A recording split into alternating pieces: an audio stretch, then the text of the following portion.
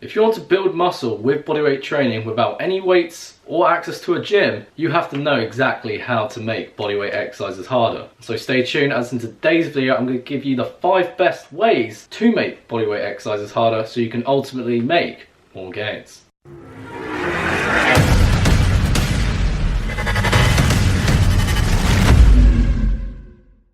Right, now before I get into the good stuff, I just want to say if this is your first time here, you are new to bodyweight training and calisthenics and want to build lean muscle mass simply with your body weight, make sure you subscribe to the channel and turn on post notifications, because the videos I make on this channel are specifically for people like you. And right, another disclaimer.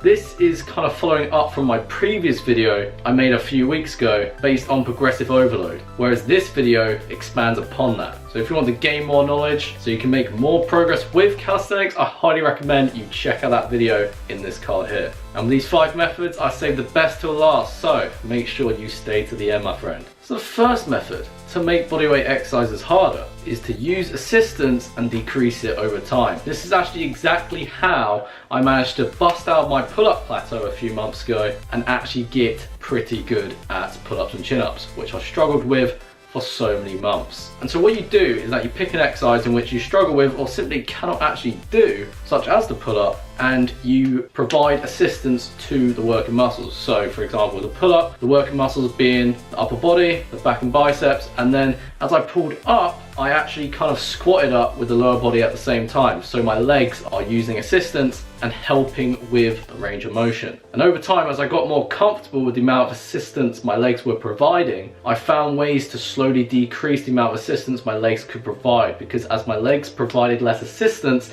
I then needed more strength through the upper body to overcome the resistance. And then as I progressed, I kept on doing this until my legs were pretty much on their tiptoes, and then my legs were actually no longer on the chair to provide assistance, so I was actually banging out pull-ups without any assistance. And as you can imagine, I gained significant strength in the upper body just through that form of progression. And so I highly recommend this form of progressive overload to make a bodyweight exercise harder to put into your training. And the second way to make bodyweight exercises harder is to lengthen fucking hell, what was up with me today?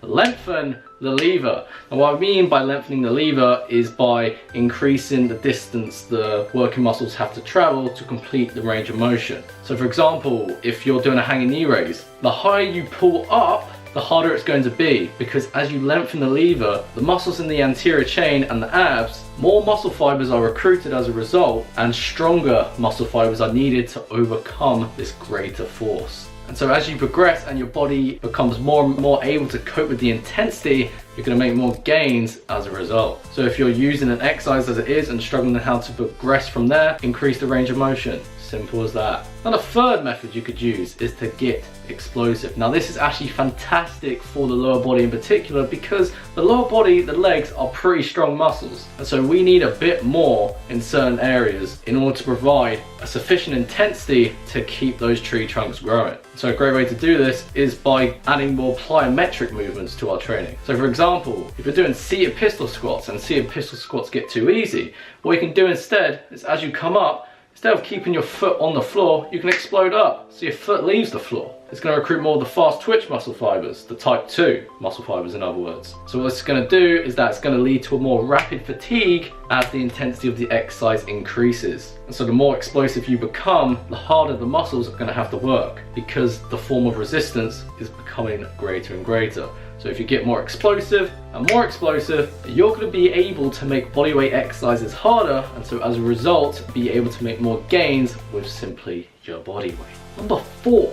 The fourth method you could use is by combining various exercises into one. So in one of my previous videos, which actually did pretty well, of how to get ripped abs at home with 25 exercises within that video, in which you can do at home with simply your body weight, I did a load of variations. So one exercise I was doing knee raises and then went into an L sit. And then as I did leg raises, I may have actually gone into a hip abduction. Oh, and by the way, if you're interested in getting ripped abs at home, I highly recommend you check out that video. But when you combine 1 or 2 exercises into one, what happens is that as you transition from one movement to the next, you're going to overload the concentric and eccentric movement of the entire exercise. And not only is this going to increase the time under tension, it's also going to increase the workload that the working muscles have to come against. But please note, there is a major downside to this form of progressive overload. It's pretty hard to do. So in other words, it can be quite hard to actually find 2 or 3 perfect combinations that works based on what you intend to do and what you intend to achieve. Which is why for number 5, what you can do instead to compensate is by utilizing unilateral transfer or unilateral training. Same thing. And so what you do with unilateral training is that once a basic bodyweight exercise gets too easy, when you do it equally with both limbs, what you do instead is that you start shifting more of your body weight on to one side. So the perfect example for this is when regular push-ups get too easy, you start doing side-to-side push-ups. This is the best test, the best tester for raw strength, as you're able to apply progressive overload and increase the workload to each limb in the most efficient and effective manner. And some of the most advanced bodyweight exercises include one limb exercises such as the one arm pull-ups, the one arm push-ups, the one-legged squat. All these exercises require a huge amount of body weight strength, and you're going to have to work a very long time to master each of these exercises. And so if you do unilateral training, by following progressions to get to those certain exercises, you're going to be making more and more progress as you continue to make the bodyweight exercise harder, because the ultimate bodyweight exercise you're trying to achieve is so damn intense. And so if you like these 5 methods and you found this video very helpful, make sure to give this video a thumbs up. And also comment down below, what's your favorite way of progressing and making bodyweight exercises harder? I'll be interested to know. And before you go, make sure to check out my latest, or not latest, the video I made before this video, where I go through 5 secrets to build muscle faster with calisthenics. So if that tickles your fancy, make sure to go check out the end screen here. It will save you so much time, take the guesswork, all the pain and frustration I've gone through myself, so you can reap far superior results in a short space of time. So I'll leave you with that to enjoy, and stay tuned as I'll catch you, my friend, in the next video.